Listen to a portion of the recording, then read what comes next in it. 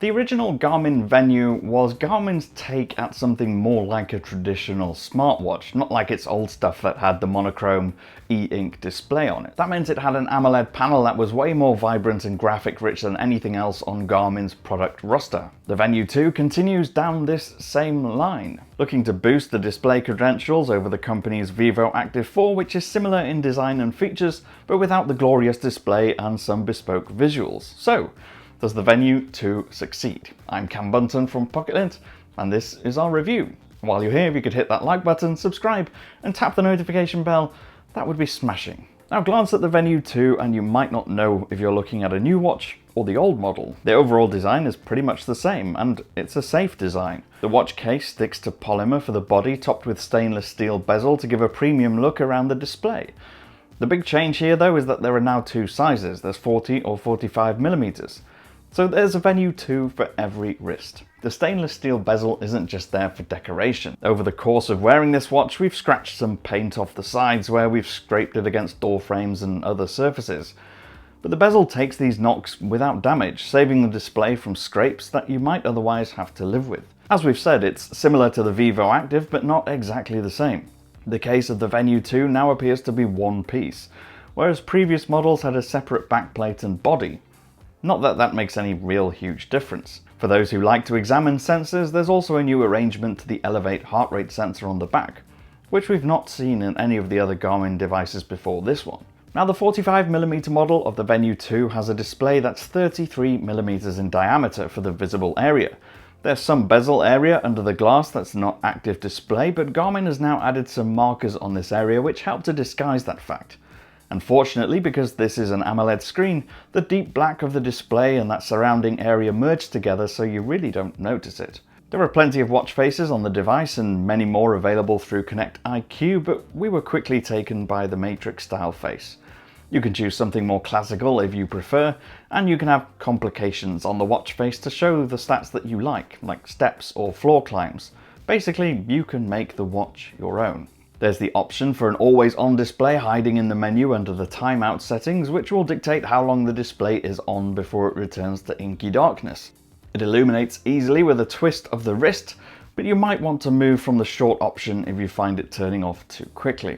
It's a touchscreen display too, but you do have to use a combination of touch and button gestures to move around.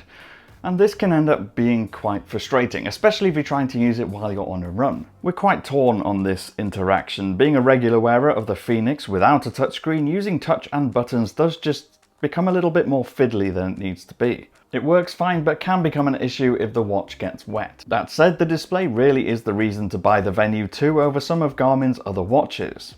It's better visually than devices in the Forerunner or Vivoactive categories, so if you think that those devices don't have the punch or the vibrancy that you want, you'll certainly get that here.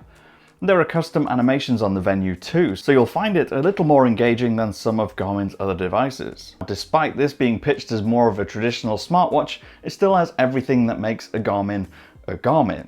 That means it's loaded with all the sensors to feed Garmin's data machine. It will keep track of your activities from your steps to your HIIT workouts and give you loads of information. Essentially, this is a fitness device first, and that's what you'd expect from Garmin. A lot of that data is built on heart rate from the HR sensor, which can keep track of your beats per minute through the day and the night to give you a complete picture of what's happening with your body. It will help you get in the zone when you're working out, it will help spot when you're stressed, and it'll even measure your blood oxygen levels. Although be warned that this particular one demands a lot of battery life, so probably isn't worth the sacrifice because it's not a massively useful metric. We found the heart rate sensor to return results comparable with all the other Garmin watches that we've had, and that's to say it's pretty reliable. GPS similarly provides your location for accurate route tracking, so you know how far and how fast when tracking all those outdoor activities.